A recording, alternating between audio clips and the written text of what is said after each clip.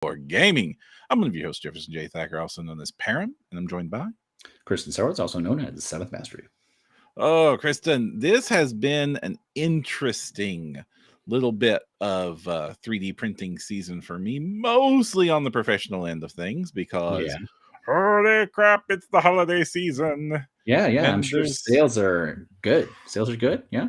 I mean, I can't comment on that. I will just say that there are a lot of sales There's happening. awesome sales. They're awesome sales, and they lift people's companies up, and then they get new cool stuff for next year. So support everybody. That's my message on this one. Support all the people.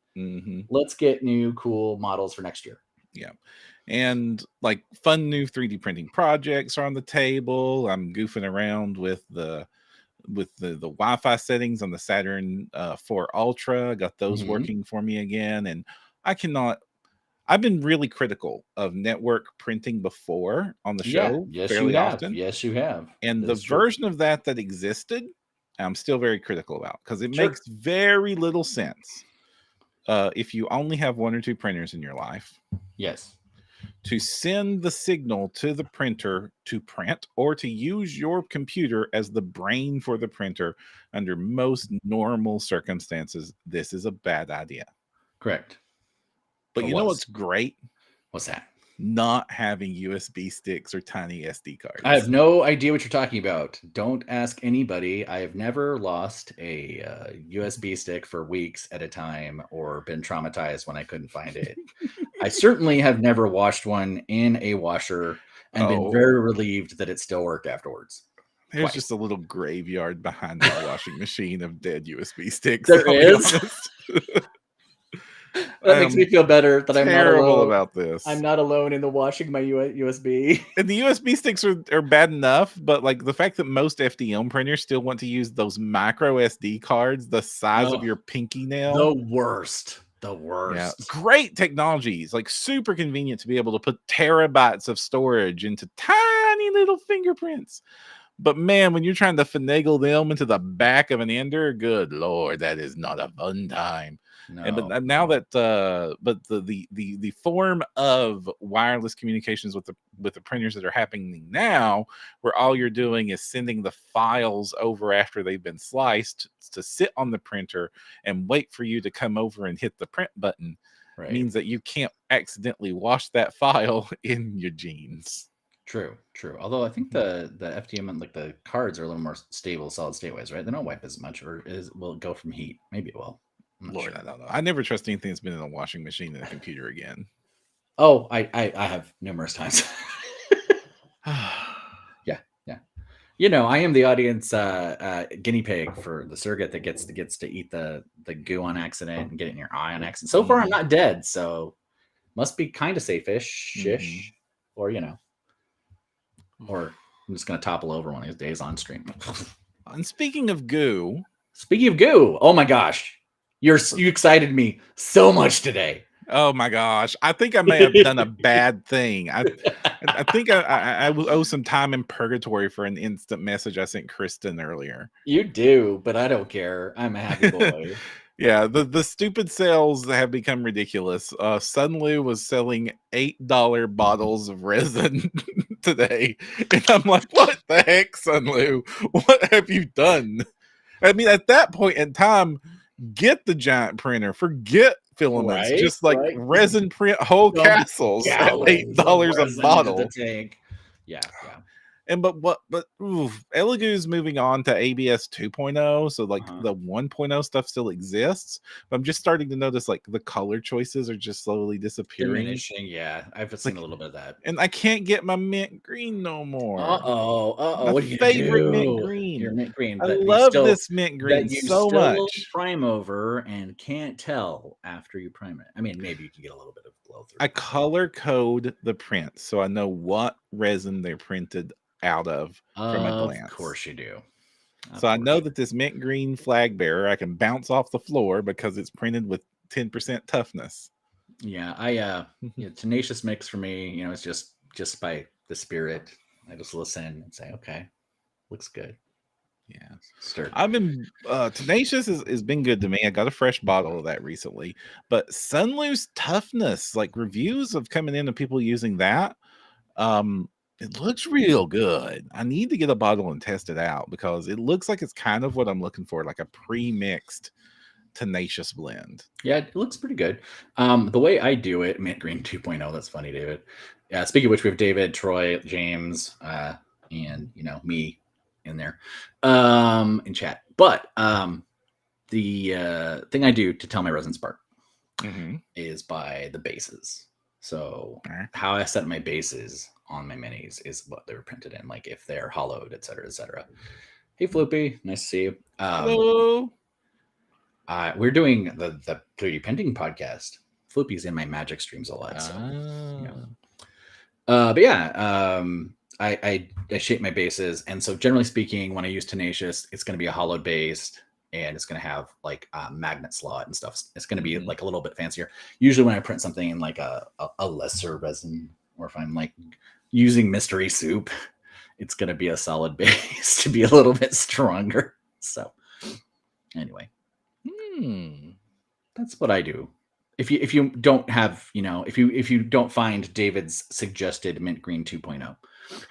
So man, Elegoo ABS 2.0, I've had terrible luck with that resin, and maybe it's my fault.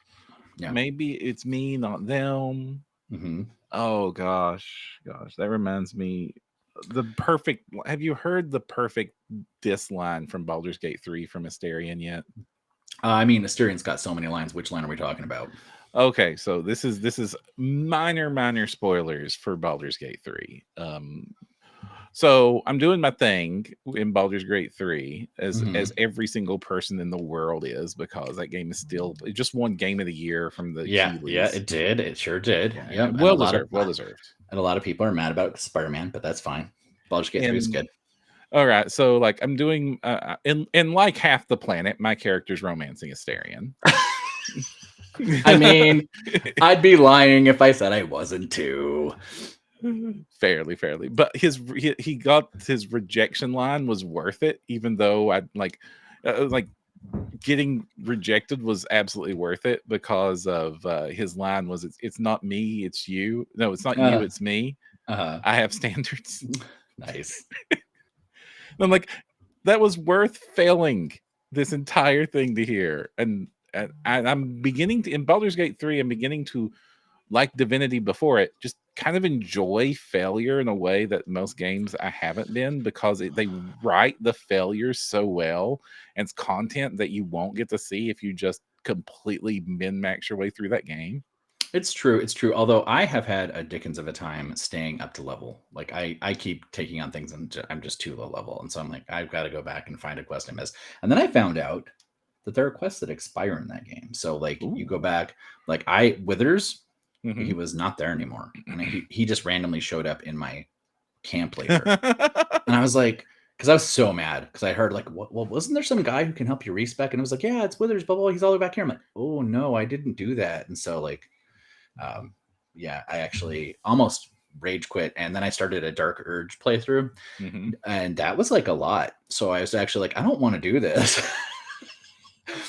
I don't know if you've looked into it at all, but they went hard. Description. I just in my experience with Larian games in the past, I just noped right out of that because I kind of got the idea of what they were capable of. And yes. I mean, even just some of the normal quest lines, I'm like, like even when like Minthara was like, I did not go very far, Flippy. I could not handle some of that stuff. But it's there's some stuff, even just the main storyline. I'm like, you can betray your party to the Dark Elf and goblins and stuff, and just I mean, it's cool that they did so many options, but I was just like, holy crap, this game's like huge, and the replay value is very real.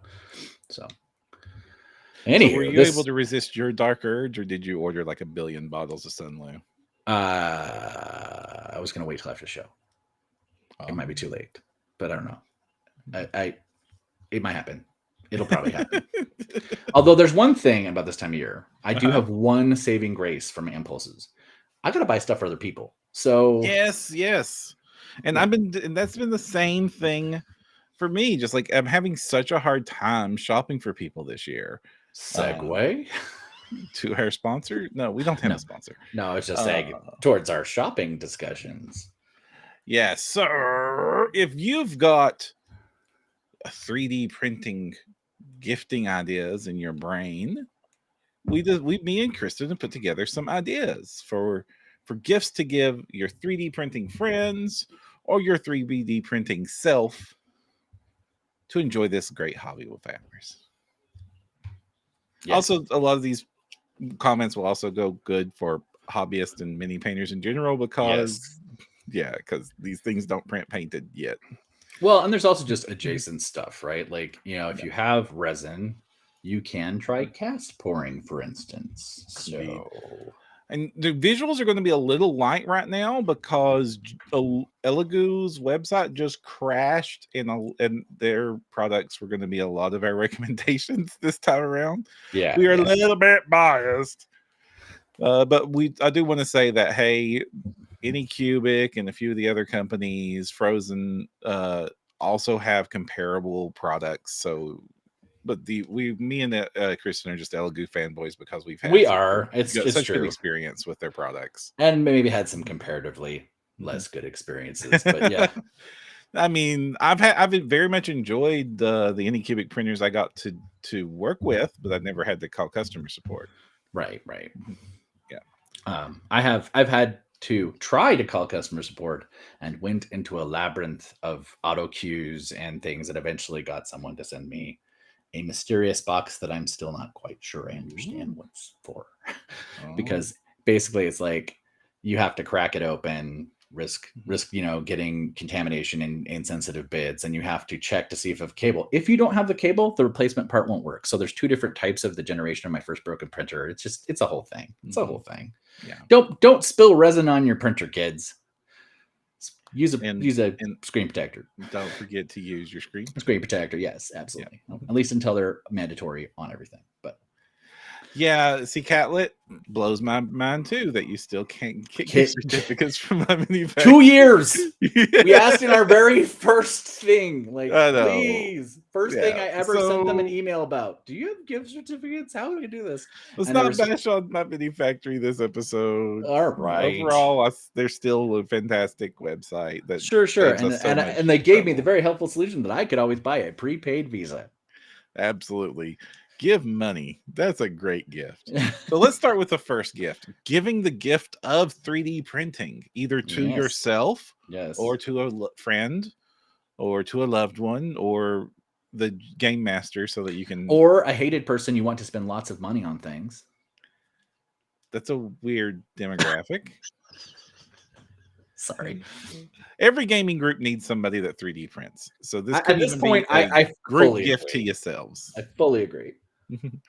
All right. So if you're wanting to get started in 3D printing, holiday season, what's the best options right now?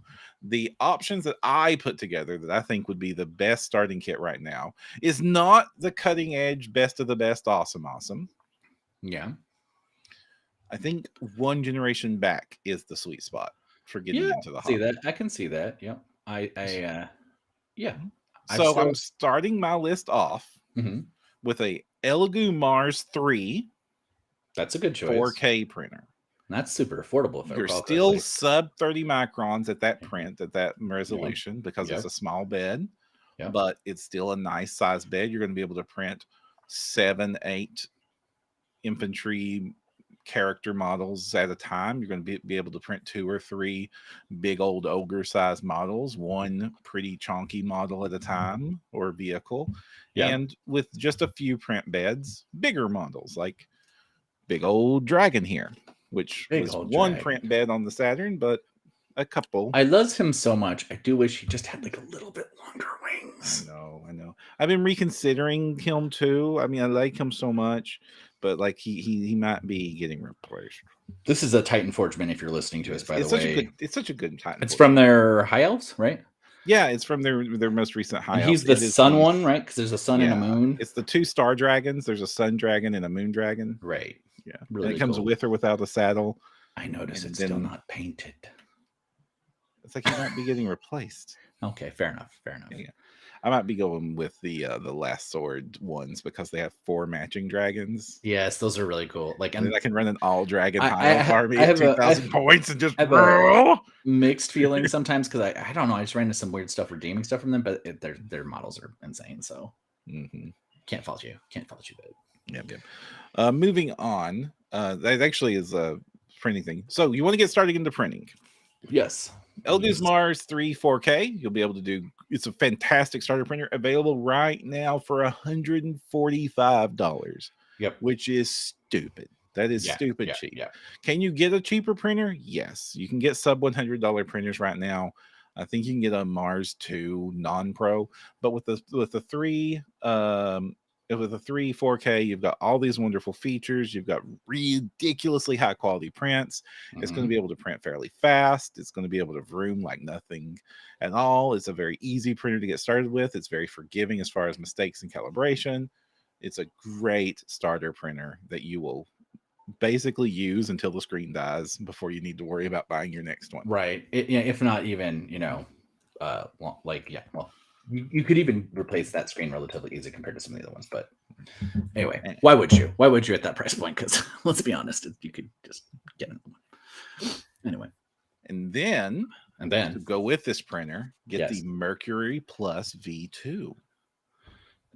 Wash and cure, right? The wash and cure. The separate wash and cure stations. Which I recommend. Yes. And I had $105. And it's sized for the Mars 3. So you can do take the plate off the printer, put it straight into the wash machine. Makes your whole life so much easier. So much less mess. A really good deal on I think that. But then realized it wasn't right for my Saturn. So no, it's a little too small for the Saturn. You can still use it with a Saturn. You just got to use the basket, and so you lose the effortless thing. Right. I mean, yeah. So figure out which wash and cure station is sized for your printer, and buy that one. Right. And then as for my recommended resins, right now my go-to recommended resin for ease of use is still Elgu ABS like 1.0. I'm gonna go back to those really quick. I still say if you think you're going to print any terrain and mid-sized terrain, I would say push up to Saturn. So I have a B option. Okay. If you are going for a bigger printer and you want to kind of kick things up a little bit and get that mid-sized printer, that Saturn level printer, don't go get a Saturn. What? Who are you? Go grab the Elgu Mars 4 Max, which is Saturn in all but name. Interesting. Okay. I mean, it's that's available fair. right now at $284.99. Okay. And with a nice big resolution, nice big Saturn 2 sized build plate. It's basically a freaking Saturn 2 with some extra parts thrown in and Mars written on it for some reason. Interesting. That is odd.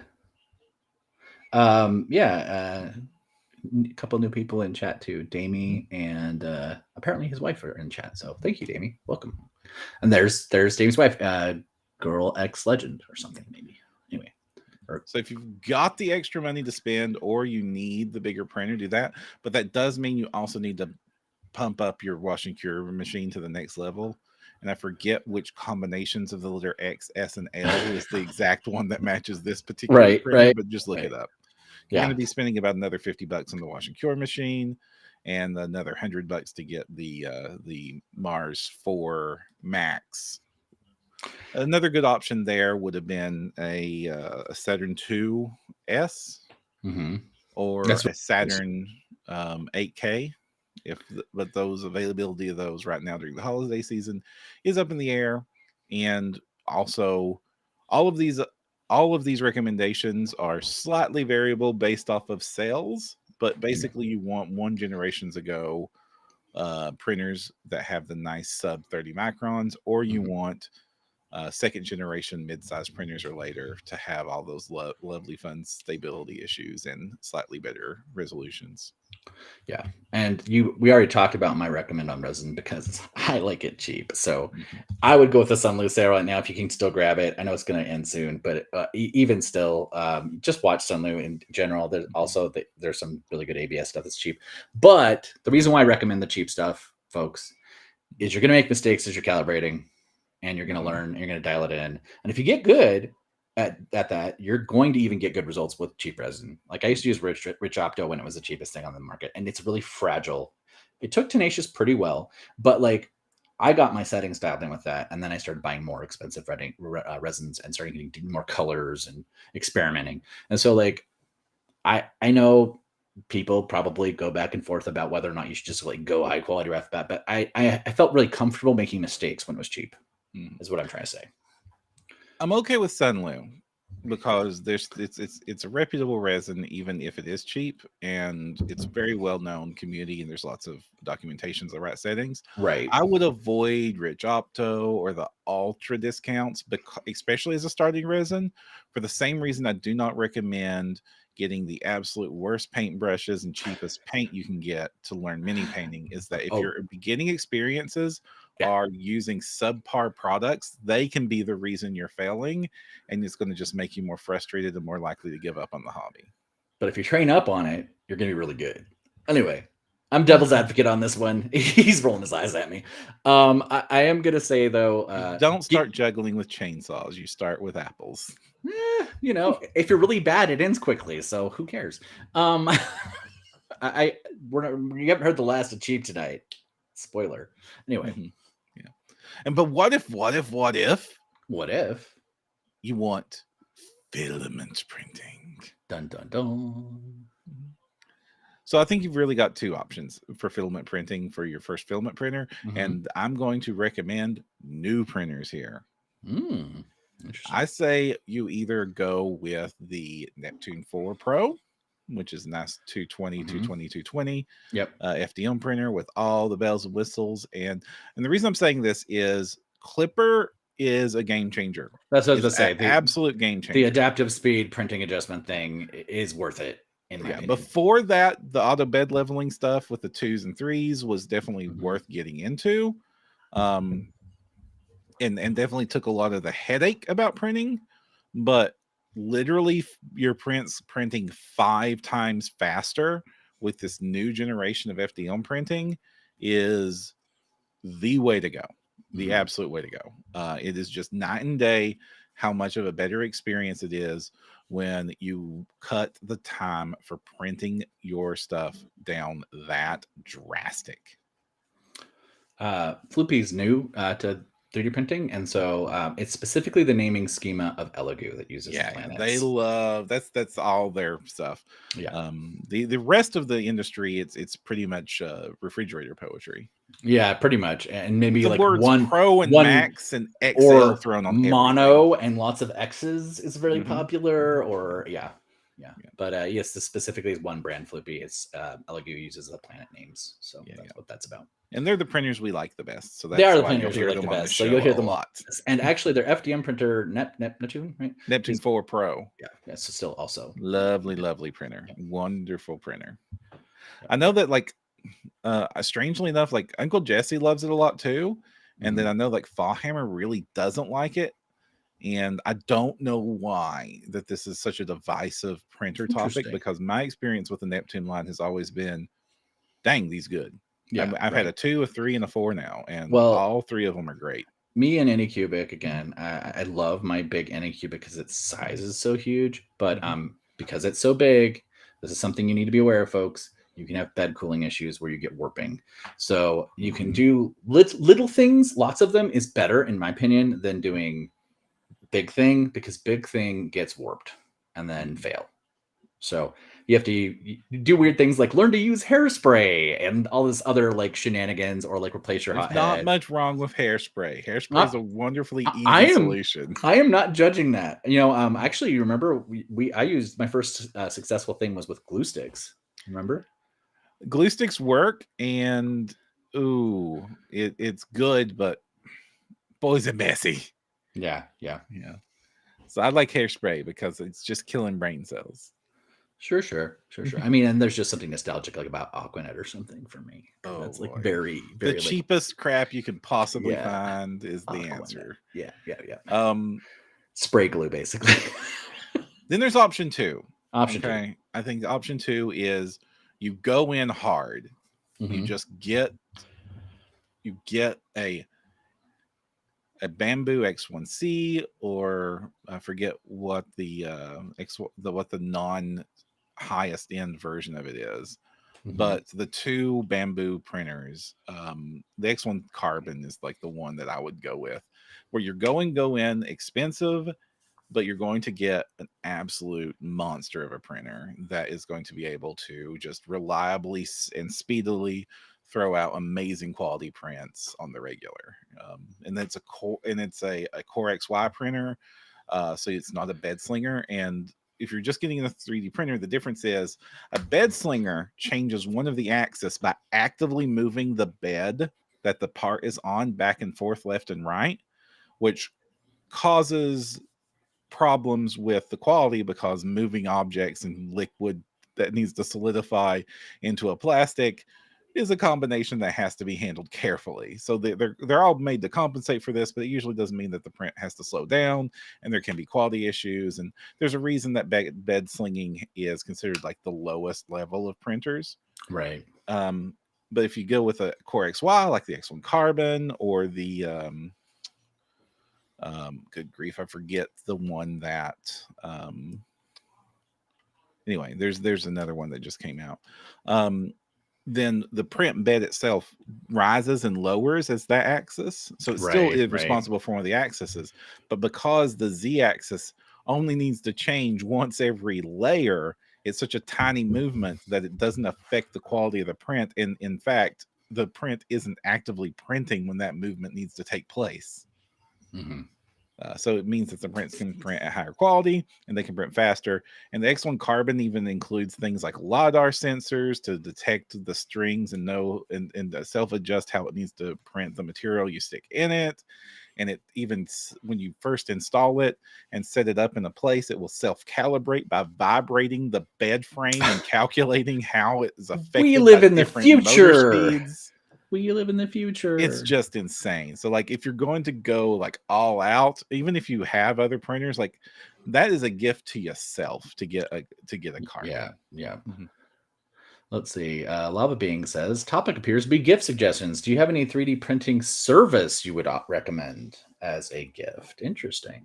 I don't know. I'm, I've not had good experiences with getting things printed service wise, and all my recommendations are expensive. I will offer one.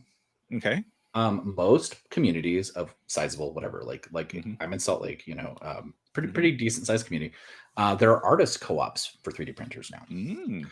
and they usually have websites, but often they'll be attached to a physical location, Hmm. and you can go see their quality work and either buy something directly at that outlet from the co-op. These are becoming, like I said, very very popular, very common. Or you can see their work and go, okay, this person knows what they're doing. I would like them to print X for me, and so I highly recommend that approach. It also is usually supporting a local smaller printer. I've heard decent things about Only Games, but oftentimes people who are in that niche are much more able to devote time and personalized care. So if you have something you need to mod or get like a small batch print that's like very specific, um, yeah, I would check artist co-ops in your local area, or maybe the library. Sometimes the Yeah, I library was will going to have recommend libraries, yeah. because a lot of libraries will have a 3D printers that you can use. Uh-huh. You'll need to check out what their policies are and what you need to Yep. do and how you bring your materials, And et some of cetera, them et are cetera. getting like an expert on staff at this point Mhm. that's really, really good at it. Yeah, So that's another possibility. yeah. Only Games is a good website if you want to buy models from the artists who make the models, because that's Yes. how that's set up. Yep. Yep. So like, if you buy a Art Villain Games model, there Art Villain Games is who gets the money for it, and Only Games takes a cut, but you're buying from a legitimate source there. Whereas if you're buying on Etsy, you can also find lots of 3D printed models on Etsy, Hmm. but there's a fair chance that that's not a legitimate seller, and the artist is not receiving compensation for that purchase. I'm not saying that is true for all Etsy sellers, but you would be surprised how many it is true Yeah. for. Yeah. And same thing with the artist co-op. I have seen. I'm like, oh, cool. Like, how are you enjoying their merchant license tier? And they're like, what? I'm like, oh, please tell me you didn't find those files somewhere weird. Anyway.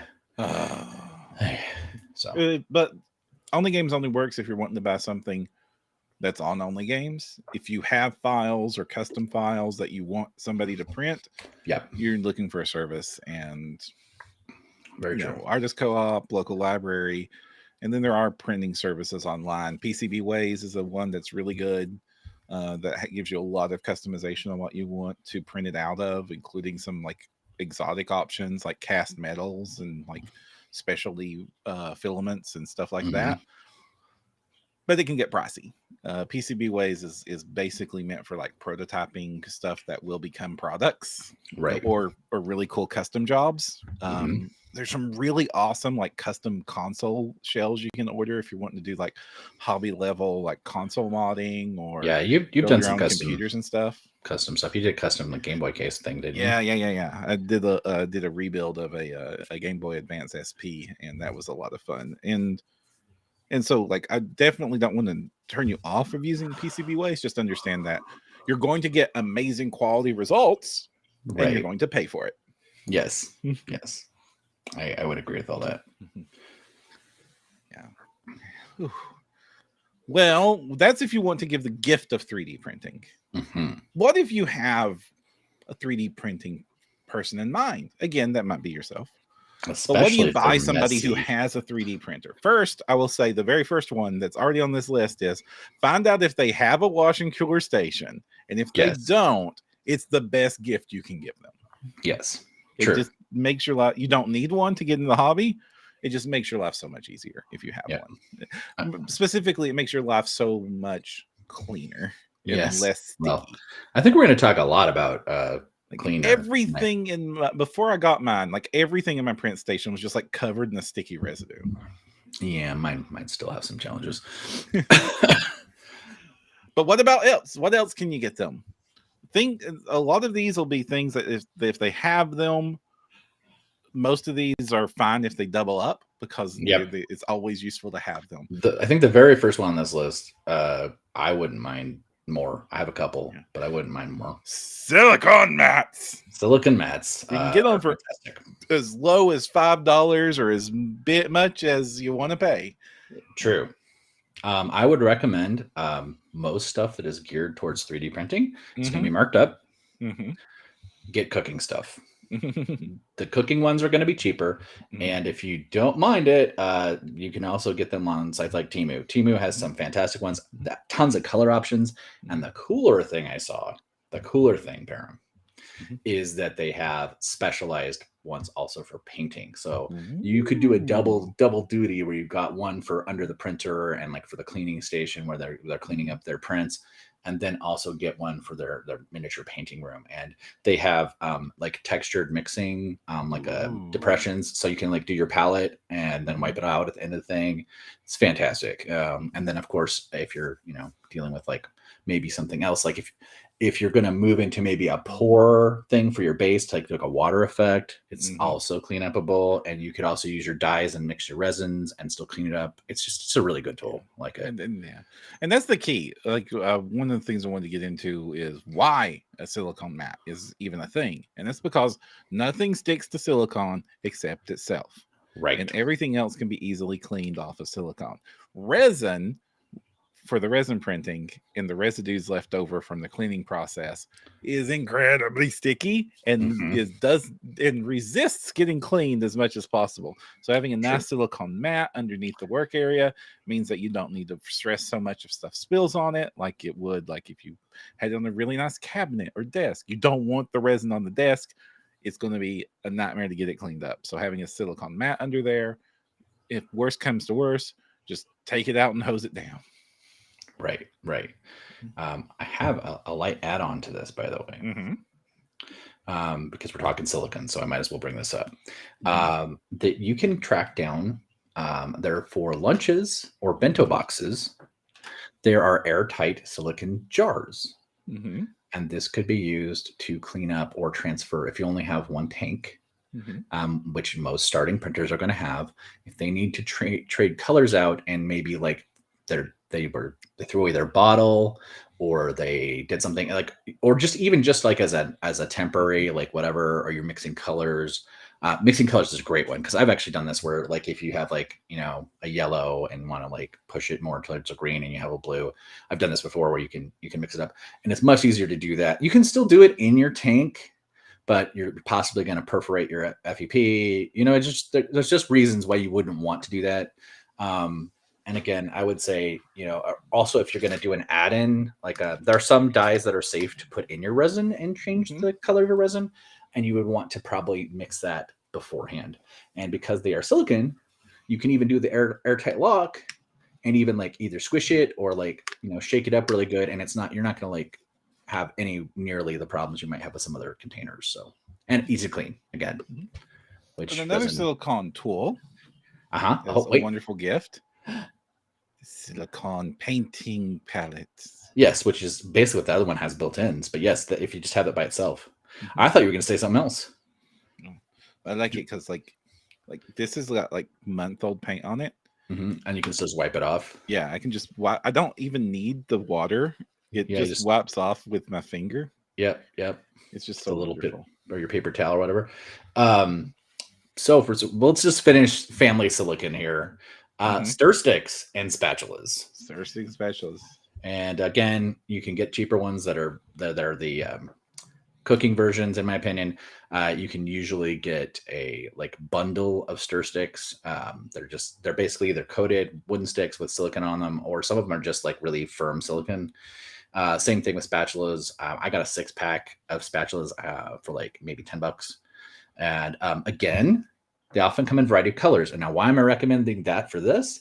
Your colors could be used to sort what it is used for, right? Like if you're like, this is the thing I scoop, like, or clean out the bottom of my curing vat, or what, I mean, like you could have them so it's very obvious. This is the one I mixed my resin in the tank with, or whatever. Especially if you're like changing materials or resin types a lot, you might want to just leave the color with the resin that it goes with, So next up, if you're doing any FDM printing, you need a deburring tool. Just straight up, you don't know how much you need this until you get it. Life-changing. I had no idea. As soon as I was cleaning up those the ruins I got from, it's like that Frostgrave sort of looking thing from Asgard Rising. Man, lifesaver. I had been slicing my hands up and like getting particles with my Dremel everywhere. I got those puppies out, and it was like scrape, done. I was just like, this just revelation. Effortlessly chamfers all the edges that you need of your 3D print to just make them nice and clean and smooth. It's just an amazing tool that just, man, just no way is it ever a good idea not to have one of these things. Yes, if you're doing FDM, I would literally say required at this point. They come with like 10 blades, 100 blades, or whatever. You don't need them. The first blade you stick in this thing, that PLA is not going to do anything to it. Right. Well, you can also get some that have variables and like have like chisels and other things on them, and they're all pretty darn good. I played around with the heads on my variable set quite a bit. So the one that I bought and would recommend is like $15, but they can go as little as $7. It's just it's a little curved blade on a swivel, and it just makes this job so much easier. Yeah, I think mine was 9, and it had like 5 different heads or something different with different applications. It was really, really good. Good. Yeah. Excellent picture. Next up, if you're doing resin printing, sometimes it's hard to get the light in all the right places. Yeah. So you're going to need 405 nanometer UV flashlight. I'm going to speak to this one because I have done this myself, and then someone got me one. It's very easy to get one that is a UV light, but that's like used for looking for like pet pee or something. So you really want to get that 405 or like a high intensity one to do it. And I just realized that I'm linking a 395, which is not the 405. So, like, forget this specific one I'm showing on screen. You want a 405 nanometer UV light. This is the literal cautionary tale we were just talking about. So don't do that. That's the ones that the resins, the 3D printing resins are designed to react specifically to the 405. It will work with the others. Like any amount of UV of any source is going to cure that resin at various rates. Yep. They just cure faster and better with the 405s, which they're designed for, which is why you don't want direct sunlight hitting them. It's going to very quickly turn into a mess if you do. Lava being, I would still recommend it. The question is, do you need eye protection when using a standalone UV light? I'd still recommend it, but yes, it's not like, yeah, I would still recommend it. Let's just leave it at that. Yes. Let's just say yes. Have I done it without it? Maybe. I'm never going to say no eye protection when it would be better. Yes, I'm not going to say, and I'm not dead yet. That's all I'm going to say. Also, I mean, it's just bad to get on your skin anyway, too. Sure. I mean, UV light is, you can clean things with it because it kills stuff. So yeah, sunburn in your eyes. That's yes. See, cat. Let's kind of summing it up while they're. Is that a caliper? Calipers, the next perfect gift for a 3D printing person. When you're 3D printing stuff, virtual files are sizes, and those sizes are usually metric. And as an American, you might not be super familiar with the metric, or maybe you are. But it's really nice to just know how big something is so that you can match the size of your 3D print to be the right size you need it to be. Sure. And to do that, calipers are the answer. They're the perfect tool for the job. And a nice set of digital calipers, or even a not so nice set of digital calipers, will absolutely make a lot of your life easier, because it's only going to be like, I need to print a base for this model. How big is the base? You can look that up. But like, how big do I need to make a model to match the rest of mine? You can just find out. Or even more fun things like, I want to print something that will fit in this hold or replace this handle or something like that. And then you can effortlessly measure exactly how big the handle needs to be. When you're designing stuff digitally for 3D printing, or even just printing stuff off and adjusting it, being able to know exactly how big it needs to be is perfect. And for the low price of $9, you can find out. I bought my first set of digital calipers like years ago, and I use them every week easily. And if I'm busy, if I'm in like full crafty mode and like constantly doing stuff, like they are a daily tool. Gotcha. I would just toss in, not also a bad thing to check your dimensional accuracy with. I have so many times been like, that looks like it's a good fit, and then like put glue and stuff something together and been like, uh-oh. And then you have to like pull it back out and like Dremel it down and all this nightmare that you could just be like, actually, this is off by a little bit. Let me just shave it down or whatever. You know what I mean? Like, yeah. So save yourself some headache. Don't be like me, kids. That's going to be the subtitle of this episode. Don't be like Christen. Anyway. A lot of the things we tell you not to do is because we've screwed it up. Because we've done it. Yes, sir. Speaking of when you screw things up. Yes. Plastic razor blade scraper. And I'm just going to say, easier not to damage your printer with. Yes. Because sometimes you need to scrape the printer. Sometimes resin has gotten where it doesn't need to be. And sometimes you don't want to destroy the thing the resin's on. And cleaning it up is difficult. I don't know what you're talking about. And you can't shove it in the freezer for some reason. No. That's a trick, by the way. Shoving something into the freezer causes the item to change size in the differential to the resin, and it will make the resin unstick. It's a fantastic way to debase models you've super glued together.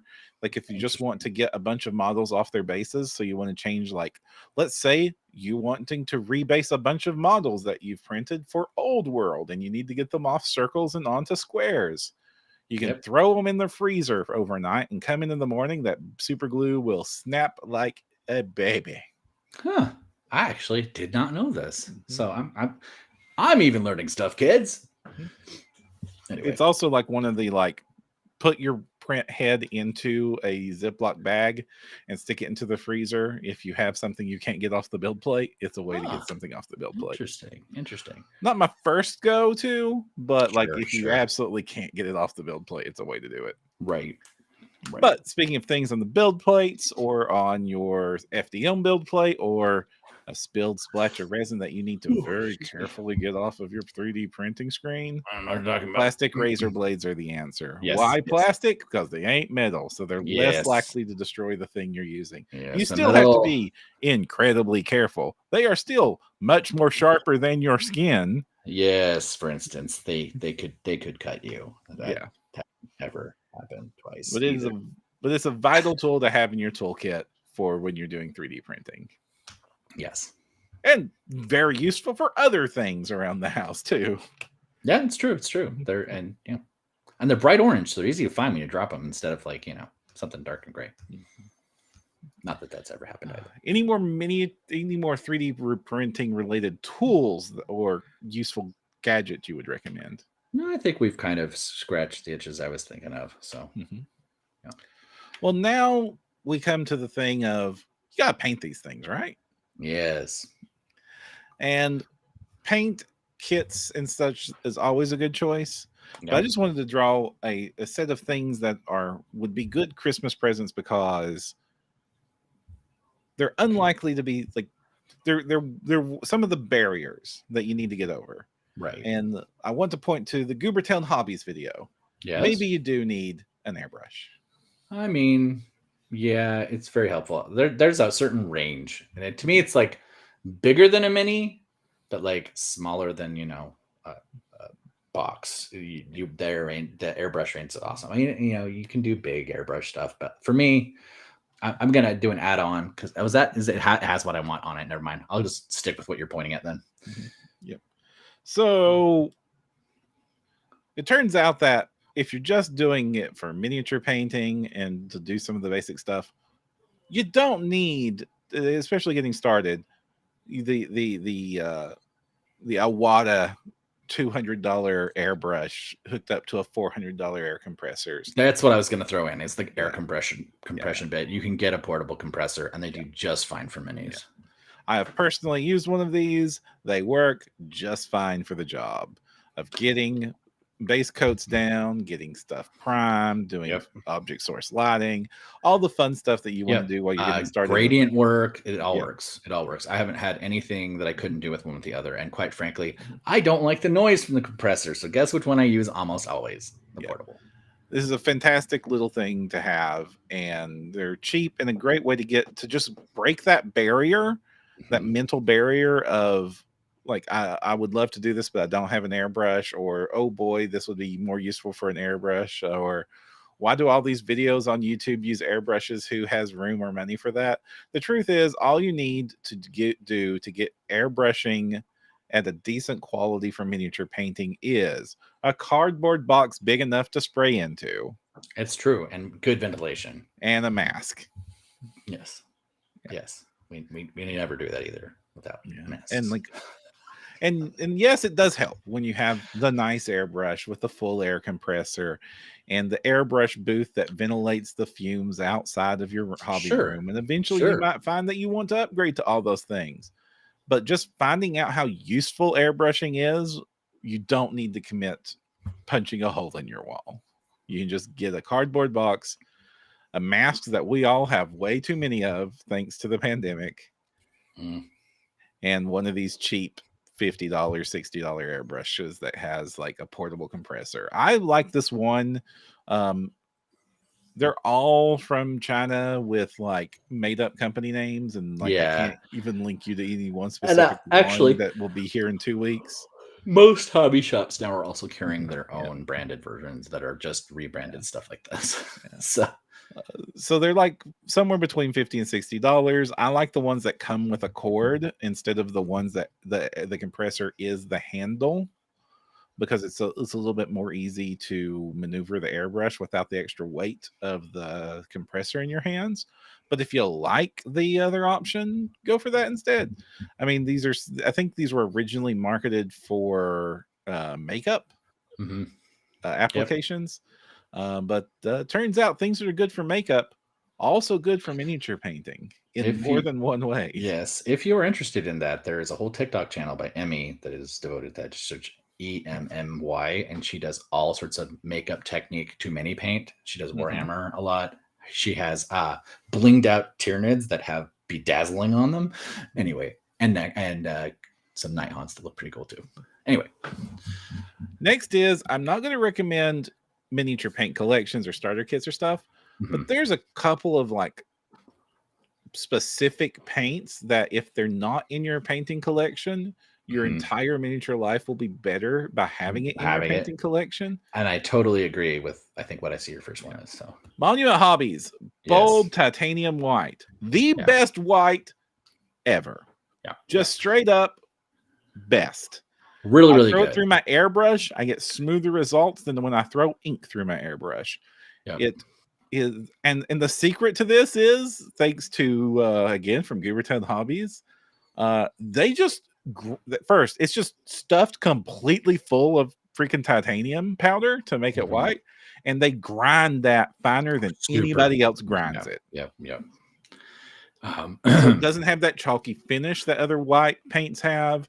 It goes over really well. You can get it like a solid coverage over black in 2 coats, easy. Yeah. It airbrushes like a dream. It dry brushes like a dream. And it's just like, seriously, you just need this in your kit. And you're gonna need it as a base for priming and lighting effects and stuff for sure. Yeah. If you are out of time to order this, although I think you can get it off Amazon very quickly, but if you ran out of time and you had a local store, you could in a pinch use Liquitex titanium white if you had to, but I would still get this. I would get this over it, frankly. But Liquitex is usually, if you have a Michaels near you, the golden soul flat titanium white's also good. Okay. Yeah. And again, this will help people build skills if you can't get a hold of that stuff. But that's fantastic. Actually, I almost like almost all their basing stuff. And we have another option of wonderful paints to have in your kit. The Vallejo Metal Colors line for airbrushes. The best metal paints. Just straight up the best metal paints. Yeah. I also like Monuments metals also, though.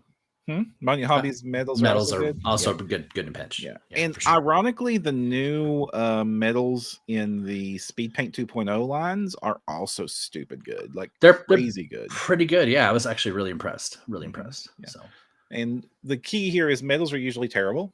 And Monument Hobbies, again, they grind their pigment so thin that they don't have a lot of the problems that metal paints usually have. The airbrush line, even when you're not using it with an airbrush, 99% of the time, I don't use an airbrush when I'm painting with the metal color paint. I'm putting it on with a normal brush, but it just does so well. It's pre-thinned, it goes on perfect. And then I don't even have like a ton of different metal colors. I just use the bright silver, and then I tint it with whichever speed paint I want to turn it into the different specific metal color I want, because that's just a technique that works really good. Just throw the brightest silver you can where you want metal to be, and then just come in with a transparent paint over top of it to shift it to the color you want it to be in the end. And I've actually had some decent effects doing blending with it while it's still a little wet, so you can do some really interesting metal shifts with that. And my final miniature paint recommendation for a gift, the Reaper Poke Tool. Yes, you love that thing. I love my Poke Tool. It has a skull on top of it, so it has a skull, so it's hard to lose. Sure, this can be done with a bobby pin or any push pin you've got. Yeah, absolutely. But you're going to lose it, and you're going to need a dozen of them, and you're going to be poking yourself in the finger when you find them in your carpet next week. But you know what? You're not going to be able to lose this smiley skull boy. Yeah, it's true. It's true. It's pretty hard to lose that. And also, nobody's going to grab your smiley skull boy for sewing activities. It's not good for a sewing needle. And you don't have to grab the quilter in your house's sewing needle, for instance, and get in trouble. Does that happen to you, Kristen? I don't know. The quilters defensive of their materials. Certainly don't ever touch their scissors. Especially if you're in the middle of a project and gonna forget that you took them and then leave them out and get caught. So, yes, that may have happened. I've lied. I have one more paint You recommendation do? thing. Okay. What is Related it? recommendation. Let's go. Let's hear it. Anybody who miniature paints, including anybody who prints, yes, is going to yes. love you if you buy them a vortex mixer. Yeah. Because yes, you can just shake your paints. And yes, you can get a nail polish shaker. Those work too. I used one of those. But and yes, putting little beads and agitators in paints is good. And yes, every reputable paint these days, including the new Army Painter line, comes with agitators pre-installed in them. Yeah.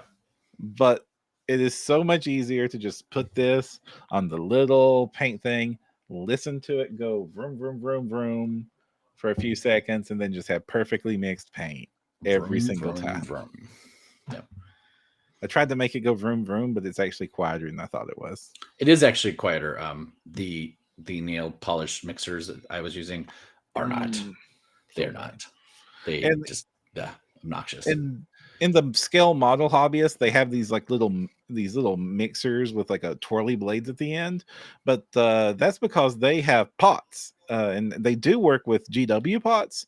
But if you're sane and have a strong collection of paints and dropper bottles, even if you remove the dropper, the stirry stick don't fit in bottle no more. True, because I bought one of those and it didn't work. Surprising no one, because then you have to buy more. Anyway, cool. I mean, that's a pretty good round list. Do you have anything else? Yes. Very quickly, if you're 3D printing models specifically, you're going to need a place to store said models. Oh, I mean, that's fair. What did you recommend here? Because so a whole slew of these little style of portable cases have come into the world. The one I had bookmarked for this episode has already disappeared from the world and has been replaced. But the basics is the same. It's metal trays that slide into a wooden cabinet with a glass front lid and a handle. Well, I mean, I do like the glass front lid. That's an admirable we got, because we both have been using metal trays from an office supply setup, right? Which do work great, especially if you're magnetizing, by the way, which is another little thing. Always you can buy magnets as well for people. So yeah, Litco does like pre-cut magnets for base sizes that have adhesive, so you can just literally just stick them to the bottom of a base. And then, are they as strong as neodymium? No. Are they still going to keep your elf from falling off the shelf? Absolutely. Yeah. Indeed. And these like $60 for like $50-$60 is about the price range of these. Nice little handles, magnetized trays, easy to display, easy to grab them out of. It's just going to make your life easier. These are portable, so they're also a good option for getting to and from the game table, and they're definitely a more practical solution than the $300 worth of battle foam magnet case that serves as my primary get up and go. Yeah, I do like their portability of that. That's a good pick. Yeah. And the last thing I have is a hobby item. Yeah. And because I love it. You love it? I love this one. I use it myself every day. Again, from Monument Hobbies. Yep. It is the retractable hobby cutter. No, so this is just like a specific X-Acto sort of tool, or what is it? We're looking at. It is. It's an X-Acto knife. Yeah. But the blade retracts. Yeah, that's nice. Ratcheting blade action. Oh, I would fidget so bad with that thing. Don't let me have the default blades. It's real easy to swap them in and out. Oh, nice. So nothing wrong with it. Use anything from any normal X-Acto knife. Yeah, but it's much less likely that you will stab your foot, because you do the cut, you put it away. Yep. And it can go easily in my tool drawer, and I don't have to worry about slicing my fingers when I'm blindly reaching for it when I'm painting. Smart. A lot of these gifts seem to relate to me avoiding injury. Or me surviving injury. I was just going to point out one other little gift thing that's kind of a little weird, because I also want to point it out because it's not the same thing. A lot of people get into the support of a hobbyist who does resin specifically and don't understand the difference between resin pour and 3D printing resin, and they're very different things. Oh yes, very different. So this is a service announcement. Like, they are not the same thing. Check to see if it is a pour resin or it is a 3D printer resin. They will say it if you look in their doobly-doos. However, that doesn't mean that a resin artist of one type would not want something of the other. Most dice casters, for instance, want a printer to create their master sets. And then they will use silicon gel to create a new die set, new die mold. And then similarly, you can also get die molds for people who are curious about that. But what I'm asking our listeners to do is not confuse pour resin with 3D printer resin, because sometimes you will get given that. And then if you had a brand new 3D printer and they did not understand the difference between the two, they might try to use it in their printer. Then you just have not a printer anymore. You have a art piece, because pour resin is chemically curing, not light curing, so it will harden and destroy your printer.